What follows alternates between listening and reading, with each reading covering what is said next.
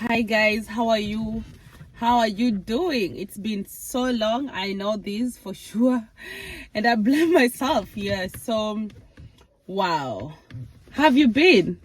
I know we are all waiting for July 1st, and I feel like we are caught into this. It's not even fear, I don't know, it is just an expectation of unknown. We are not so sure what is gonna happen, and all of us are just waiting for July 1st. We are in winter. It's very cold out here today. It's windy. I think you guys can even hear the wind from the back. Yeah, so I'm inside my car. I just thought, like, Lizzie, just come and say something. It's been ages. Yeah, so thank you so much for always supporting me and watching my videos. If you are stopping here for the first time, my name is Lizzie, by the way. If you want to become a family, just press the subscribe button and keep updated. We talk about Australia. We just talk about anything about Australia, rather regarding Australia. So yes, wow, I've just been thinking of my fears when I first moved here to Australia. This thing has kept on coming into my head, and I've been thinking, Lizzie, maybe you need to stop and say something. Maybe this is the time that you need to point out of, as much as we are outside here, we are flourishing and things are okay. But there's that time that we had a lot of fear. We did not know what to do. There was so much that was happening when we moved here, and I thought, like, why can't you just come outside here and talk about your journey just a little bit? Yes guys, so I think this is what I'll be saying at this point. Just addressing the past, the history, the things that have already gone, the things that we conquered, and some of the things that have made me who I am today. So I remember when I moved here some times ago, I was just a young girl. I will say I was just a young girl because, when you're moving to a new country, you don't have so much information of what to expect.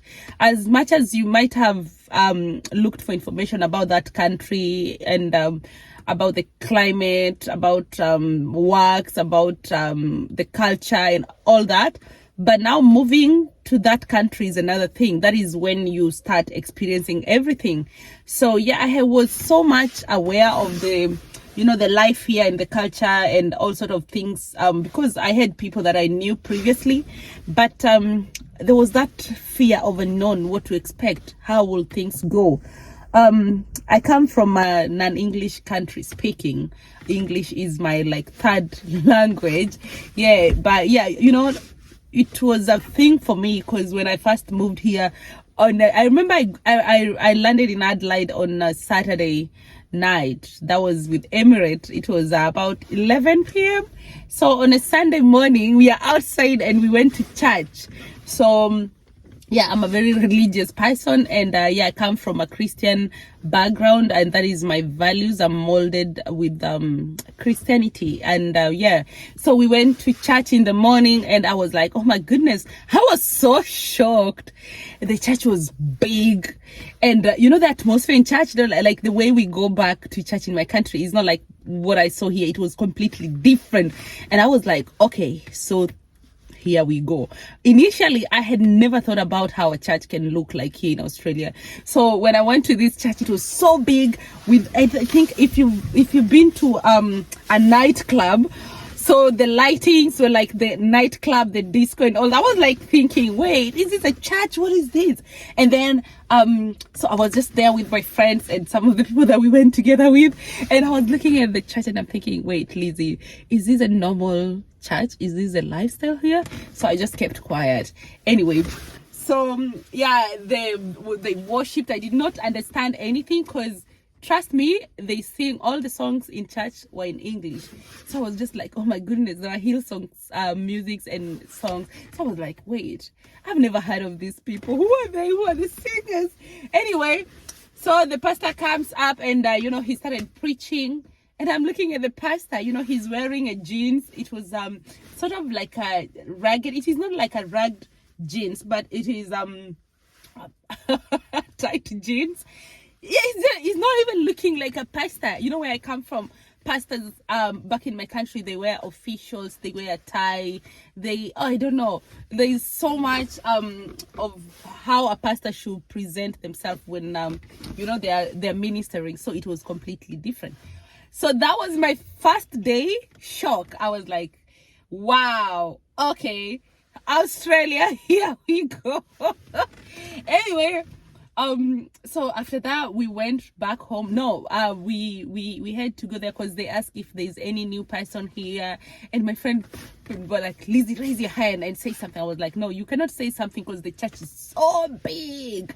The church is massive. So yeah, they gave me an envelope, not an envelope, it was like a small gift bag with a Bible inside, a notebook, a bottle, and just to say welcome and feel at home. So after there, we had to go and have a chat with some of the people at church. I felt really good that eventually I was welcome. But one thing, guys, let me tell you, the funny thing, you know, when I moved here, I used to speak English. It was not like a big thing. I was good. According to me, I was very good with English. Shock. The whole sermon, like when they were preaching, I did not understand anything. The accent was like so big. So big thing to me. I could not understand. And I was caught into an atmosphere of, I don't know what they're saying. Wait. Because, you know, I think there's English and then there's Australian accent. There's Aussie and then there's English. Trust me, they were two different things. I could not understand anything. I did not even hear what they preached that day. So I was kind of like confused, and I was like, okay, maybe things now are getting real. Wow. Okay. That was my first day. Okay, so I was going for a holiday, which I went for a holiday to Queensland on a Monday. So on a Monday, I was in the airport. I went for a holiday. I had a whole month away from Adelaide, and I saw so many things that were so different. So many things. So when I went to Queensland, because I remember I went to Queensland, then I went to New South Wales, Sydney, then I came to Western Australia, then I went to Melbourne, and then I had to come back after 1 month. So it was a whole month of shock. Trust me, I was so scared of so many things. I could not even hold a conversation with Australians. I felt like I did not have a good English to communicate. This was making me feel like, I'm not competent enough to be in this country. And today I'm sitting back and thinking, Lizzie, if this was you are coming from a very stable family background where you speak English in school, you're taught in English, and you got here and you're so confused. You are sitting on a point where you are feeling like you cannot actually communicate to anyone. I remember when we went to Queensland, Gold Coast, it was a holiday. And most of the time people will come and say hi, because I had really long nails and my hair, and most people will come and say, oh, you're so beautiful. And the only thing I will say was just thank you. I didn't want to involve myself in any sort of conversation because I was scared. I was like, maybe whenever I say something, someone will say, sorry, what do you mean? And this happened to me a couple of times when I was talking to the people who are close to me, and I will try to explain something, and then they ask me, they make like a statement. What do you mean? What do you understand? What do you mean? I can't understand what you're saying. I don't understand what you're saying. What do you mean? What do you mean by that? So those are sort of things that really caught me, and I really felt so down on myself, and I could be like, I kept on blaming myself. Oh, maybe this was not the proper country for me to come to. And eventually when we were in Melbourne, and not in Melbourne, when we were in Queensland, I started gaining confidence, because I started going out most of the time. I will go for dinner. Every day we were having dinners. I will go to the beach, and something really clicked in my head is that I remember when I was in Surfers Paradise, that is a beach in Queensland. So I was there, and a lady and a gentleman came, and they were asking me of a hotel. They could not figure out where their hotel is.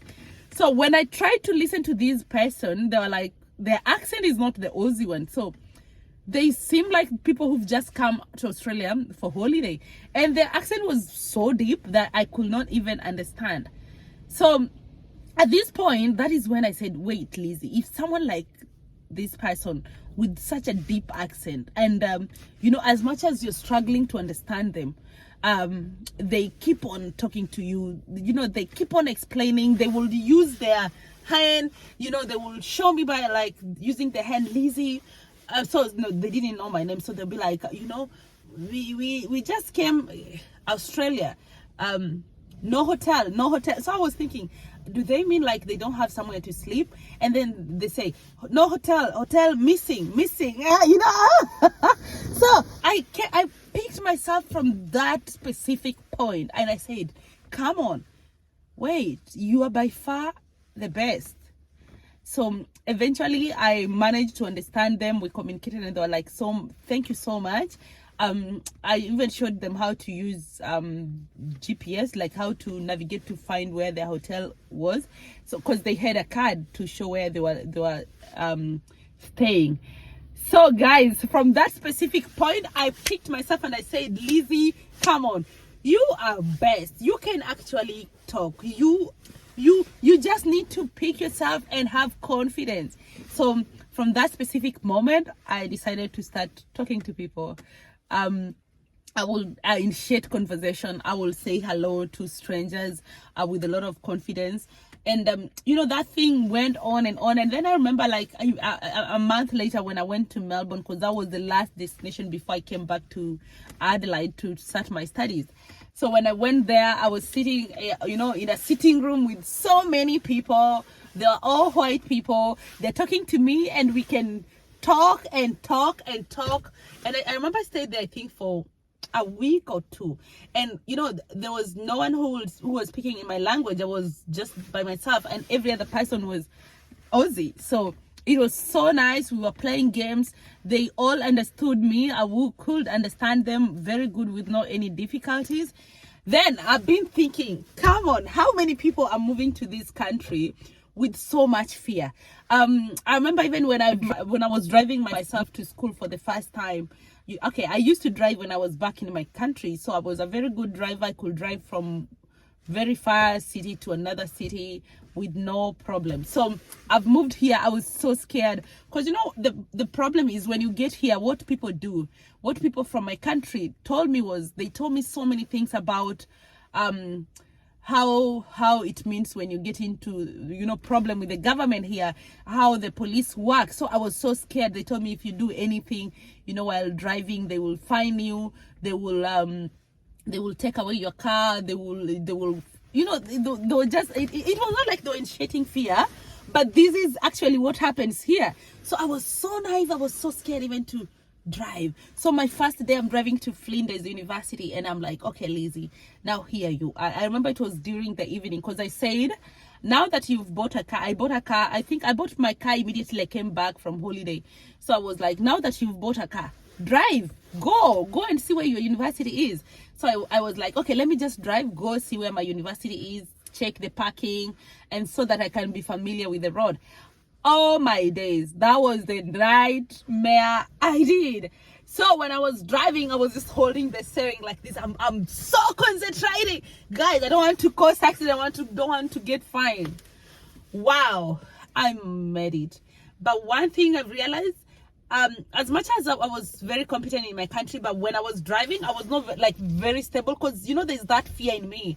Then I kept on talking to myself. There was no music in the car. Everything was so quiet because I'm trying to concentrate. Even when I'm changing the line, I'm so careful.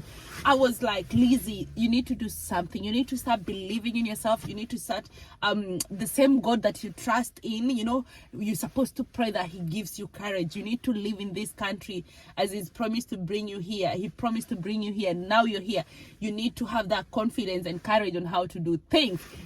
Oh my goodness. And I remember, like, when I was driving back, because I got to Flinders and I stayed in my car and I wanted to cry. I couldn't imagine that I've been able to drive.